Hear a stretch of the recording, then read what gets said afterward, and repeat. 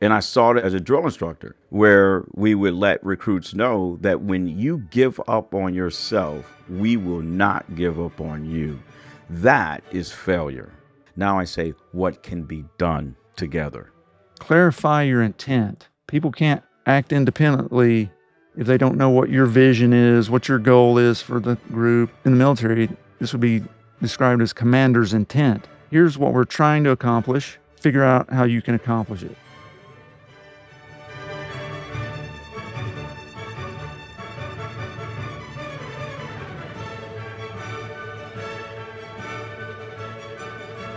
Welcome to Science of Leadership, where we explore the art and share the science behind what makes great leaders and how you can become one. I'm Tom Collins, your host, and I'm thrilled to have you join us on this journey to becoming a better leader.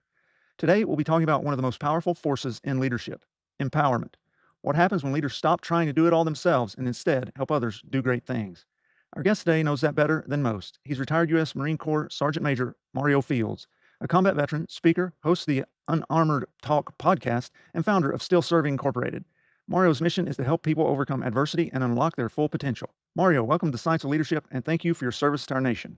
Tom, thank you so much for having me on the show. And for all you listeners and viewers out there, if you have not subscribed to this, what I believe is an amazing platform, shame on you. This Sergeant Major was going to have you do 2 push-ups. but Tom, a pleasure, and I'm looking forward to the show. Thanks. Well, Mario, you spent a career leading Marines in some of the most challenging environments on Earth. Yeah. When you hear the word empowerment, what does that mean to you? Tom, for me, it means setting conditions for success for those that you've been privileged to manage and lead. There's complexities under empowerment. And the word, what I mean is there's multiple words that build up, that develop the word empowerment, but the one I focused on was trust. And that's something that you just don't get. And you have to be consistent. You have to demonstrate that your words are not just words to those you're in charge of. And that's been my experience, is really focusing on what does trust mean for the organization, and really spending an enormous time on myself. Mario, what are things about yourself that you don't trust about you? And dissecting myself inwardly, writing things down. What are your biases? What are things that can be getting in the way? And trusting myself first, and then setting those conditions for success for those I'm in charge of. That's a powerful distinction, and I think it resonates exactly with how I think about empowerment. And I really appreciate that you delineated that where it starts with us, right? Like, we need to be trustworthy. And as I think about empowerment, I really think about empowerment is trust in action. It's when we as a leader say to those that we're leading, I believe in you to make these decisions, potentially very critical decisions, right? To take risks within identified boundaries, but you've got freedom to move in here in this space. And even, and this is where it gets hard for a lot of leaders, I think, even to screw up, even to fail, because ultimately that's how you're going to grow, right? I'd be interested to know what you think about that. Yeah, Tom, failure is, in my eyes, an opportunity to gain wisdom. When I reflect back on my 50 young years of living, and in 26 years of serving on active duty, it was the failure, right? It was the failing moments, and not looking at failing as a bad thing, but looking at failing as an opportunity to grow in wisdom and experience. So I don't repeat those actions again, and develop new ones that can create more opportunities, especially in moments of crisis. Yeah, this idea of the importance of allowing failure and learning from failure, I've said it on the podcast before, but early on in life, failure was this horrific thing. If to fail means that you are a failure, was how I viewed it. And that's how I think a lot of people view it. If you fail in this thing, you are a failure. And those are distinctly different, right? I think, and what I tell my kids is, you're only a failure if you don't learn from it, if you don't grow from it, if you're not better from it. And so failing, I think, is the doorway. You said to wisdom. I think that's how we learn. Yeah. If we never fail, if we always get it right, have we actually learned anything? Yeah. Yeah, So Tom. yeah, I agree with you. And, Tom, and my definition of failing is when I gave up.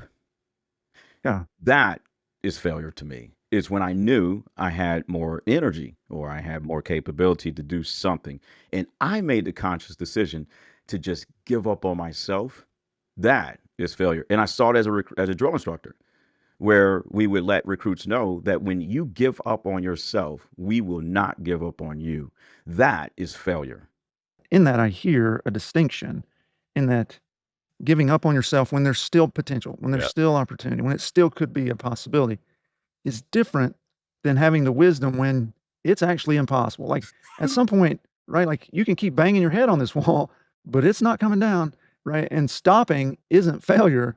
In that scenario, it's wisdom, right? Yes. I'm 5'2". That's like Mario Pierre-Fields keeps trying out for the LA Lakers. And Tom, and I'm not even going for the point guard position. I'm showing up for the center position. And I keep trying, and now I'm 75 and I'm not making a team. That is a lack of wisdom and discernment. Right. Yeah, we have to be able to differentiate between the two. In this scenario, we're talking about actually that you could achieve it. You just Right. gave up on yourself. There we go. I think that, and this gets a little bit, I think, to leadership, people in leadership positions viewing it. And man, this is so timely because literally today Mhm. I'm dealing with this in my role. There's a person in a leadership position who is all about control, right? Like with failure, we want to prevent failure, and we think we can do that by controlling everything. Mm. So this idea that leadership isn't about control, but really it's about creating this capability. Again, getting back to empowerment, Yeah. it's creating capability in others. So when we're empowering people, we don't just delegate the task. We delegate belief. And that's what you were saying when you were a drill instructor. And I'm just imagining you like classic, it's a kinder, gentler, what it's not Vietnam era drill instructors, right? But it's still, I'm just imagining that scene. But you are, in a sense, saying, we believe in you even right now if you don't. Uh-huh. And then as they accomplish these things they didn't think they could accomplish, suddenly that delegated belief takes hold. When I was advising lots of officers in my senior enlisted role, commanders and commanding generals, if I saw a behavior of control, I would eloquently be careful. Like an executive, a C-suite executive coach for all the civilians out there. But I would try in a way to ask them why. Do you know why you are a micromanager or controlling? Do you even believe you are? Because see, what I've discovered, Tom, is in their metaphoric lens, they may believe that everything they're doing is good. It's effective. It's the Yeah. team that's the problem. And when it comes to empowering those around you, if you don't even if you're not even aware that your behaviors are the problem, then how can we fix it? And especially if you're not amenable to listening to wisdom. And that's called not criticism, but feedback out of love. Because criticism and feedback are distinctly different. And if that CEO or manager is amenable to listening to feedback, then they can change behaviors about themselves to improve empowerment within the organizational culture and beyond. Yeah. If they're not amenable to feedback, then things are probably not going to go well for them and the people that they're trying to lead. From my experience, productivity significantly never maximizes its potential. The culture of the organization is never maximized. In other words, let's say the maximization of the organizational culture as it relates to enthusiasm, attention to detail, all the soft skills, it is degraded. And if they have competitors, the competitors will start to get a competitive advantage over that company. Let me pause here for a second and remind our listeners that my book, The 4 Stars of Leadership, is now available on Amazon, Barnes & Noble, and essentially all online outlets. It's getting rave reviews, and I'm certain you will find it not only informative, but also inspiring. So I hope you'll order your copy today. Now let's get back to this interesting conversation. You were mentioning micromanagement here, right? And that people, it seems to be the micromanagers who do not empower other people because, again, back to this idea that we're talking about with control. And I've kind of come up with 3 things that are the root, if you will, of poor performance. A person, people that we're leading, if somebody that we're leading is performing poorly, there are 3 things I've identified that are sort of root causes of that, and they all point to the leader. Mm-hmm. You hired the wrong person. You have not trained the person adequately for whatever role it is. you have actually not told them what you expect of them. Mm-hmm. So ultimately, those are all on us as leaders to address. And if you're micromanaging everybody, it's because you failed on one of those 3 points Yes. so that the people can't operate independently. Well, if you say, well, they're just no good. Okay, well, whose fault is that? Who hired them? Oh, Right. they were here before I got here. Okay, who should have trained them by now? Uh, Right. You know, a unit, when I was on active duty, I used to always say this: a unit is never screwed up because of the junior folks. If we're going to change the culture and the trajectory of that unit, we need to get rid of the top. Same thing in business. I hear mhm. people go, "Oh, this new generation," or the generation. I'm a Gen Xer. Oh, the Gen Xers are rigid, or whatever. I'm like, oh, hold on, CEO. We can get rid of you, and the company will still produce baby wipes. All right. You are the least important person in this company. It's the folks. Matter of fact, why do I need a CEO if I don't have employees to manage and lead? I don't Right. need you. We need them. So Yeah. if there's poor performance in your company or in your unit, let's get a huge mirror the size of New York and let's just stick you in front of it. There's where the problem starts. Yeah. Right. And that gets back to this idea of feedback, right? I mean, being willing to accept the feedback. You know, Tom, and a quick example. When I Yeah. went, and I'll use the drill field. I mean, I have many, but I'll use the drill field on this one. As drill instructors, we average 6 platoons. Each platoon in the summer is about 90 recruits. The belief was that if you get the sixth platoon, that is the worst. Here's why: because they arrive, those recruits arrive like Friday. They had no time informing to kind of learn the basics. And then they, right, then they meet their drill instructors Saturday morning. So if you get that platoon, that's the worst. And I got that platoon.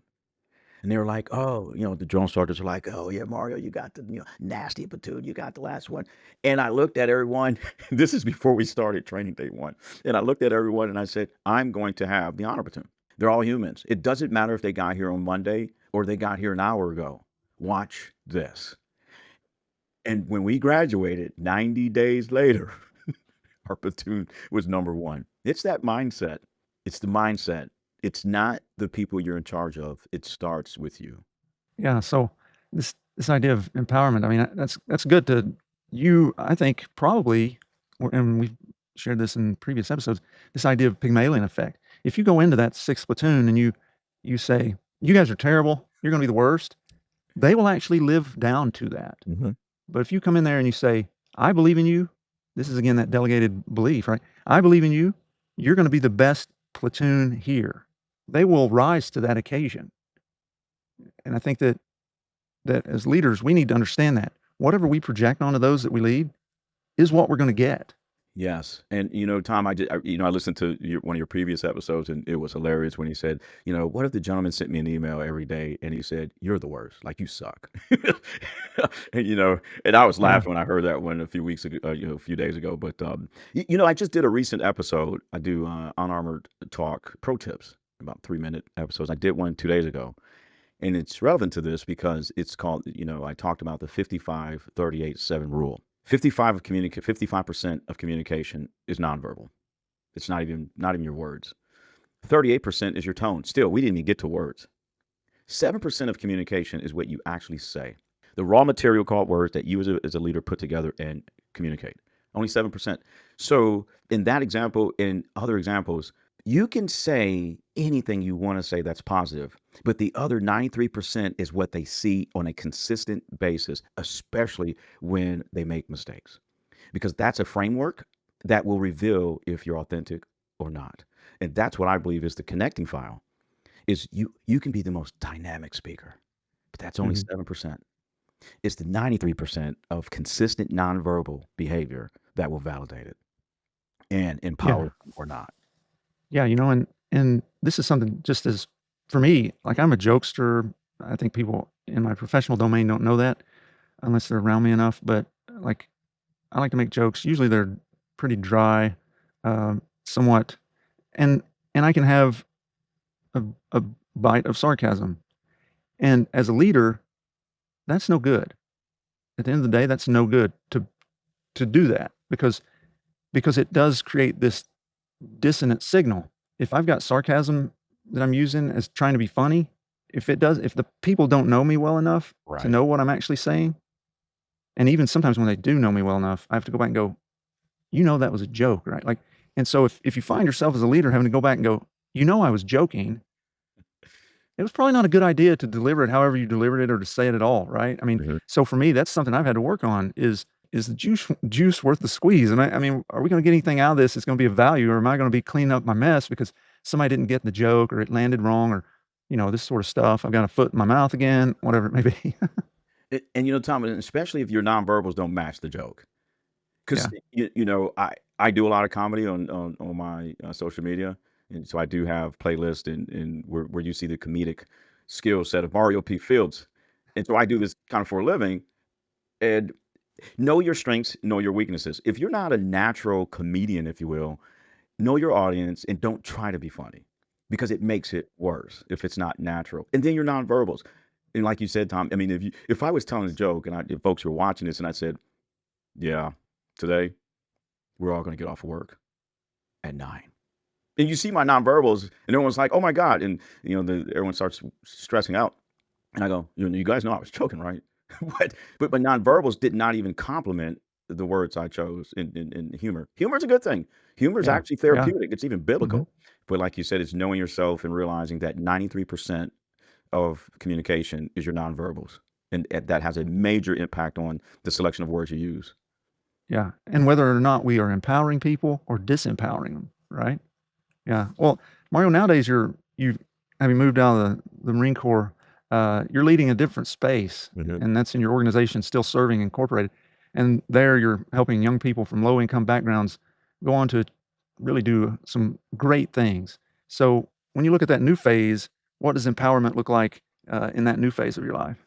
Tom, first of all, thanks for this opportunity to discuss something that's near and dear to my heart and very meaningful. I've been founded and leading Still Serving Incorporated for over 7 years. And as it relates to empowerment, what I've discovered through research is students, and particularly what I focus on, or what the company focuses on, is high school students in early college, high schools in Pitt County, North Carolina. What I discovered is there's lots of potential there. They just need access to resources.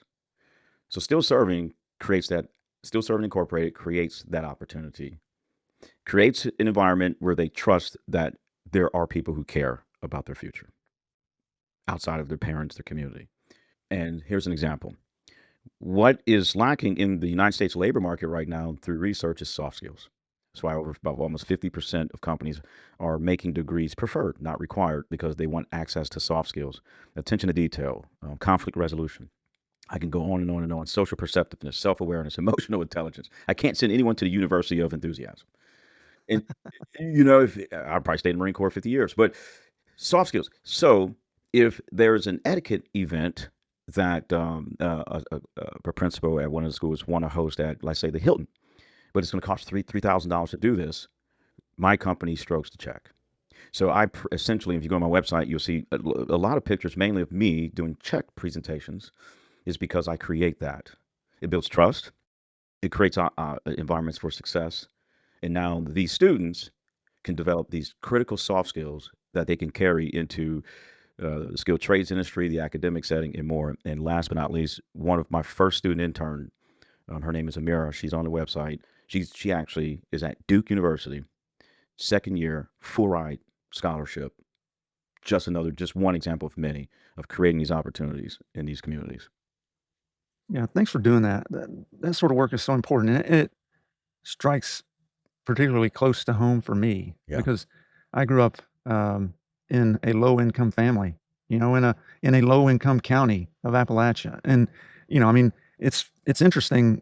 I was kind of among the the low income, I was kind of middle tier. I mean, even among the low income, right? Like, you have these tiers of whatever, but I was kind of middle tier of low income. I had other people that I could go, "Wow, they really have it hard," right? Whereas most people would go, "This guy has it hard." But the impact that you and organizations like yours can have. Mhm. Like, I'm here doing what I'm doing in medicine and leadership and all these things because there were people who empowered me, who spoke into my life in a world where anybody else would have said, "This guy's gonna end up in the wrong place," Right. you know? And all along, teachers and people at church and people in the community, coaches and mentors, and all these people spoke. They delegated belief into my life, empowering me to do things that anybody would have had to been a lunatic to bet on. This guy's going to do this stuff, right? So, and it's all the honor to them Good. and to God for giving me the opportunity. But I just wanted to say thank you for that kind of work that you're doing, because I think it's so incredibly important. No, Tom, you're welcome. And two points. One, thank God for those who believed in you and you believed in yourself. I am being obedient. I did not want to be a business owner. When I was retiring, Tom, I said, I just want to go to Tampa and I just want to chill. And God said, no, through spirit. So one, I am being obedient through God's grace and through spiritual revelation. That's how Still Serving came about. Number two, for folks that are doing B2B, business to business transactions, I don't live in Pitt County. So when I approached the principals, they were like, this is not real. Here's this gentleman who's a Marine, sergeant major and whatever. I mean, whatever they thought. He's walking in saying, I just want to cut checks. If you allow me to write checks with nothing in return, it will allow me to go to bed at night in peace. So let's talk about empowerment and trust. And they told me, they were like, there's got to be a hidden agenda. Well, 7 years later and three schools later, when we did the memorandum of understanding, they still had reluctance, like, oh, I don't know. And then once the checks, right, your performance, once the checks started to come in like I said they would, then that built trust. So the words I used was, hey, this is my company. Here's our website. This is our mission. I would love to partner with you. It was the 93% of he's not over promising and under delivering. That empowered them to trust me, which empowered expansion and Mhm. more for the teachers and principals to do what they're called to do. Well, now that we've kind of laid out what does empowerment look like, let's shift a bit and talk about why it's important. And you hit on this a little bit earlier, but why is empowerment so essential for leadership effectiveness? Yeah, one is biblical. My wife and I, we do daily bread every morning. Our routine is it's by between 6 and 7. We go into scripture, and yesterday, and I don't have the scripture reference in front of me, but yesterday we studied how powerful it is to do things with teammates. You can do things by yourself. That's factual. But if you learn how to do things with other people, it makes the impact greater and there's more opportunities for things you may not have considered. And then one of the statements I use, well, mindset is I used to say, what can I do to make things better, or change the world or whatever? I changed that, Tom. Now I say, what can be done together? Yeah. Starts internally with your mindset, man, for me. Yeah. Well, I think that hits on this.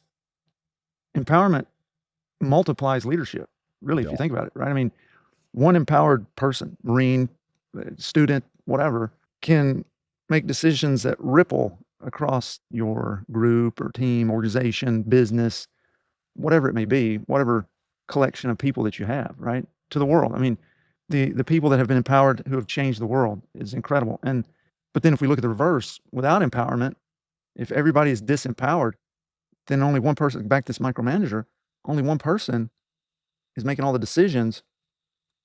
You can't, like, that's a bottleneck that you can't get past if that one person is having to do all these things. And so when we empower everybody, then everybody becomes part of, takes ownership in our mission. And then the results, they actually are invested in them and care about them and are going to do more to make sure that those get accomplished, I think. Tom, yes, it's like when you're driving a car. If everything's working, man, it's a smooth ride. It's when cylinder number four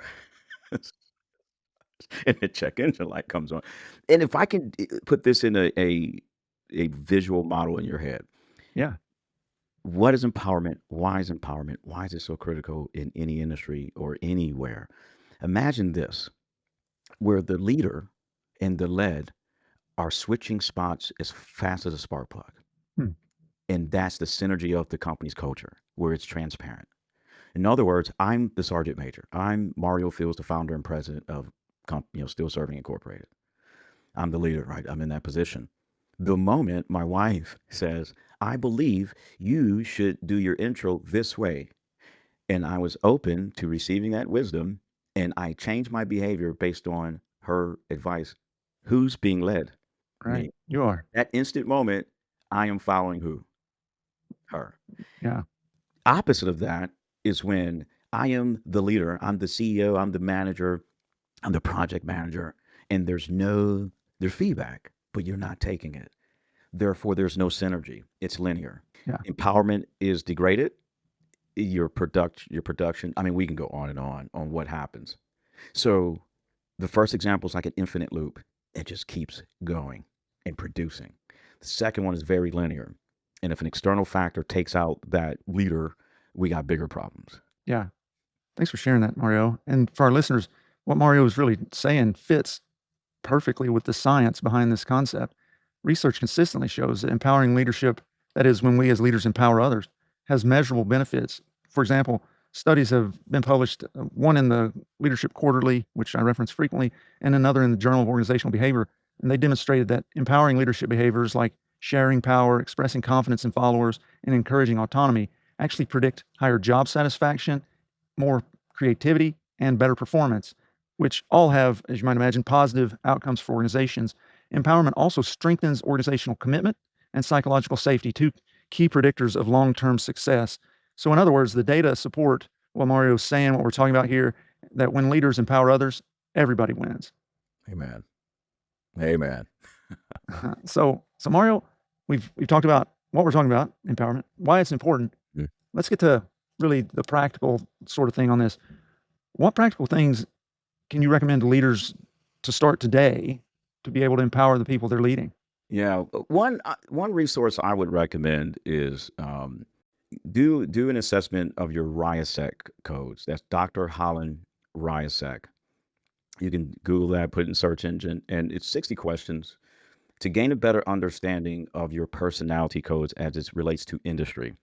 And that's R for realistic, I for investigative, A for artistic, S for social, E for enterprising, and C for conventional. It is very accurate. It's been around since the 1950s, mid 50s. In that way, one, you can understand how are you wired, if you will, through the personality codes. Then number two, if you could, do it with your team. It's very effective. And now you have science to see how do your team, how do they think. Now you can get synergy because, for instance, someone who's high and investigative, they don't like to be around a lot of people. They love research, and they sometimes they can overthink. My number one is social. I'm a helper. It doesn't mean I like to talk to people. It just means I like to do things to help people. If I don't understand as a leader that the person I'm leading is high and investigative, I could irritate them and not know it. Or I can promote them into a position that is actually not putting them in a position that enhances their natural abilities. So when I do lead folks who are high and investigative, what I do is I call it going investigative. So I'll speak kind of linear, not too much. And if I'm going to give them an assignment or task or put them in a position, it's going to be something that's going to be heavy in research, but not doing business deals, working the front counter, dealing with a bunch of humans. That would be my initial recommendation for any listeners and viewers to really gain an accurate understanding of how they think and why through Dr. Holland RIASEC codes. Thanks for sharing that. That we'll put a link to that in our show notes and description and so forth, so that the listeners and viewers can connect with that. That sounds like, I got to be honest, I haven't come across that yet, so I'll have to check that out for myself. Appreciate that, Mario. As I was, kind of thinking about when I'm trying to empower people, what are some of the key things that I do to do that? And so one thing I think first and foremost, I believe in them. If I'm going to empower them, I have to believe in them, right? So I just have to get my mind straight. One, believe in your people. Number two, clarify your intent. People can't act independently if they don't know what your vision is, what your goal is for the group. In the military, this would be described as commander's intent. Here's what we're trying to accomplish. Figure out how you can accomplish it, that sort of thing. So we need to clarify what we want. This gets back to setting expectations that I mentioned earlier. Give people decision space. within a set of boundaries that should probably be bigger than we are even comfortable with, we say, here's your space to move. Make the decisions. I'm not going to micromanage. And that allows them to learn and grow. And then I think number 3, because it ripples across, it impacts them and ripples across the organization, is celebrate initiative.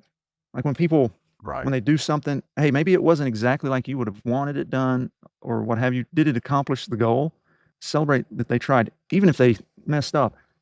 Maybe perhaps especially if they messed up. Don't punish mistakes. Because as soon as you like come crashing down on somebody that you gave freedom to roam and try to do this thing, you will have disempowered them permanently. And so, but when we empower somebody as leaders, if we're going to be good leaders, if that fails, if whatever they do fails, we've got to take the responsibility for that. So I refer to it as give credit and take the blame. Yeah, Tom. And it's complex. Like you said, it's complex. There's no right or wrong way to it changes daily. Humans are the most unpredictable species on earth. It's complex. I see a lot of leaders try to find that right solution. There's no right solution. Oh, I read this book and I got the code. What code?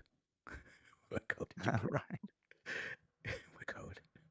And Yeah. I love how you laid out your 3 points. It's but like you said, Tom, it's a framework, but it's so complex to lead just one person. Yeah. And it's fun. It is. It is. It's enriching, it's fulfilling, and fun, or at least it should be. If you're not getting some of those things out of it, maybe you're not in the right role. Maybe Yes, sir. this Yeah. leadership gig is not for you, or whatever. And that's okay, again, like Mario P. Yeah, Fields yeah. in the LA Lakers, center position. Right, exactly. If you keep banging your head against the leadership wall and it's not working, maybe, you know. Yeah. So this reminds me of something from my book that I think would be worth sharing with folks. But in it, I share this idea that I kind of developed, and there's a graph that comes with it, and it is the relationship between giving authority to people, so if you will, empowering them really, and success. And so that basically, and it's not a linear thing, but really, you have to give a pretty significant amount. So on the x-axis, and we'll embed this in our video and stuff, but I guess as you look at it, on the x-axis, with empowerment being on the x and success being on the y, you have to get out pretty far in empowerment before you start seeing that success curve really take off. And when you hit complete empowerment, success really goes up. And so if you're wanting your folks to be successful in their roles, you really have to let go of the reins and empower them to do it. No, I love that, Tom, and listening to you, and by the way, everyone, if you haven't bought his book, shame on you, and shame on me. Yeah, I'm an honest broker. I didn't get a chance to buy it before this episode, and I will. There'll be a link in the description. Oh yeah, oh yeah, I'm an honest broker. The way you describe that just remind me of return on relationships. In business, I hear folks, I use it, return on investment, return on engagement. I mean, there's so many acronyms. But that amazing description, Tom, it just reminded me of return on relationships. Hmm.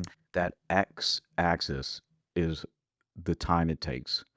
The further you travel on it, okay, then the ROR starts to go up that Y. So Yeah. thank you for sharing that and reminding me of the power of ROR. Mario, this has been a great conversation. Let me close out our conversation with something that General Barry McCaffrey shared with me one time we were talking. He told me when he was younger in his career, he met Brigadier General Johnny Johnson, and General Johnson shared this wisdom with him.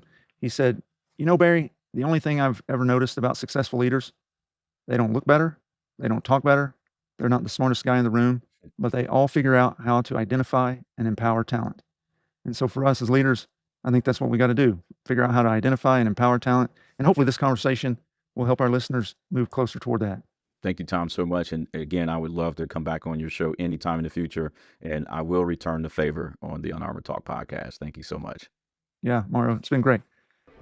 Thank you for joining us on this episode of The Science of Leadership. We hope today's discussion has inspired you and given you valuable insights to help you become a better leader. Remember, leadership is about helping those we lead do great things. It's a journey of continual growth and learning. When we embrace that journey with curiosity, courage, and humility, we can confront challenges, overcome barriers, and foster environments where everyone can succeed. If you enjoyed today's episode, be sure to follow or subscribe, leave a comment, and share it with others who are passionate about leadership. Until next week, keep leading with character, competence, caring, and communication. This is Tom Collins. Let's keep growing.